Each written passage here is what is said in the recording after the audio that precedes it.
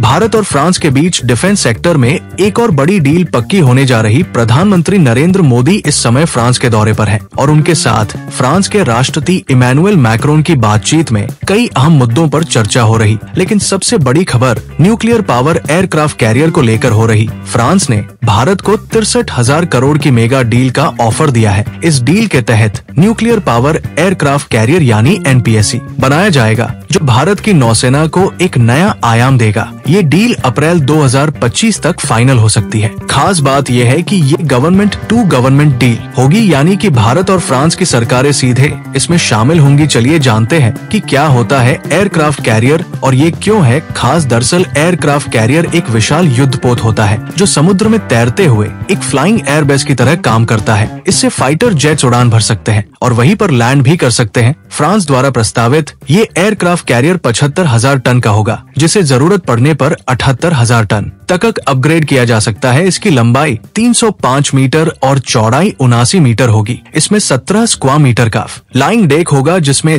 30 Rafale jets और 6 medium helicopter आसानी से तैनात किए जा सकेंगे। अब अमेरिका और रूस हमेशा से जो भारत के रक्षा क्षेत्र में सबसे बड़े साझेदार रहे हैं, लेकिन इस बार फ्रांस बाजी बांधने में सफल रहा। अमेरिका अपने 4th क्लास एयरक्राफ्ट कैरियर और रूस भी अपने कैरियर के जरिए भारत को लुभाने की कोशिश कर रहा था, लेकिन फ्रांस ने भारत के स्वदेशी प्रोजेक्ट A3 में साझेदारी का ऑफर देकर अमेरिका और रूस को पीछे छोड़ दिया। इस एयरक्राफ्ट कैरियर में कई अत्याधुनिक तकनीकों का इस्तेमाल किया गया है, जिसमें शामिल है इलेक्ट्रोमैग्नेटिक एयरक्राफ्ट लॉन्च सिस्टम यानी EALS अमेरिकी 4th क्लास कैरियर जैसी तकनीक, एडवांस्ड अरेस्टिंग गियर जो तेजी से जेट्स को लैंड करने की क्षमता प्रदान करता है, रडार अवॉइडेंस टेक्नोलॉजी जो दुश्मन के रडार से बचने के लिए उन्नत तकनीक देता है। इसके साथ ही साथ भारत का make in India nuclear reactor जो 190 मेगावाट की क्षमता देता है। फ्रांस इस डील के तहत नॉन न्यूक्लियर एलिमेंट ट्रांसफर करने के लिए राजी हो गया है। हालांकि फ्रांस अपने के 15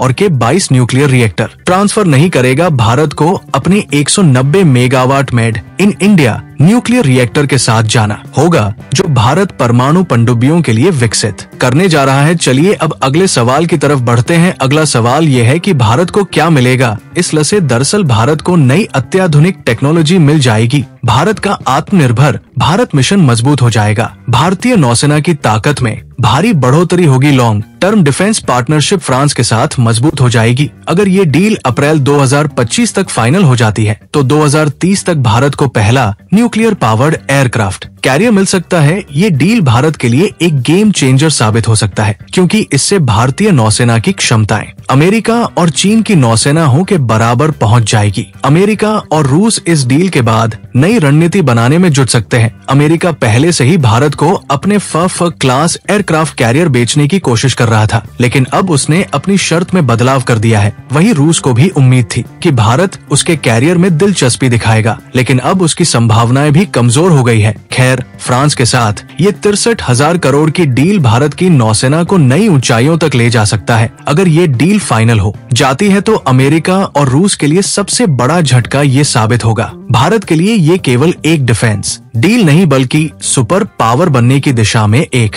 अहम कदम होगा। अब आपको क्या लगता है, भारत को फ्रांस के साथ ये डील करनी चाहिए